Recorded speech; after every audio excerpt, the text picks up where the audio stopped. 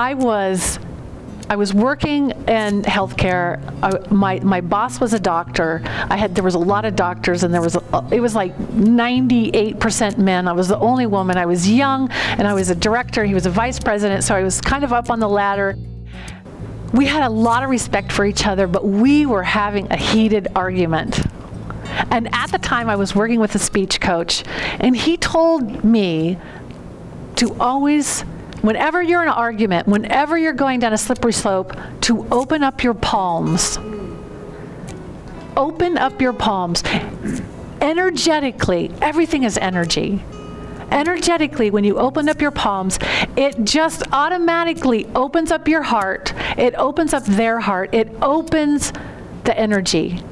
So here I am, I'm in this argument with him, and we are at this round table in his office, and we are just going back and forth. We had to break because it got so heated. Back and forth and back. I was not going to give in. I felt really strong about the point I was trying to make, right?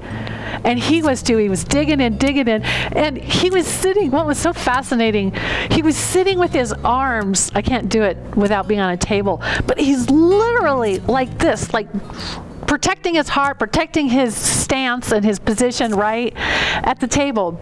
So we broke, and I thought to myself, we're going to get nowhere. We are just going to get nowhere. I'm not going to get what I want. He's not going to get what he wants.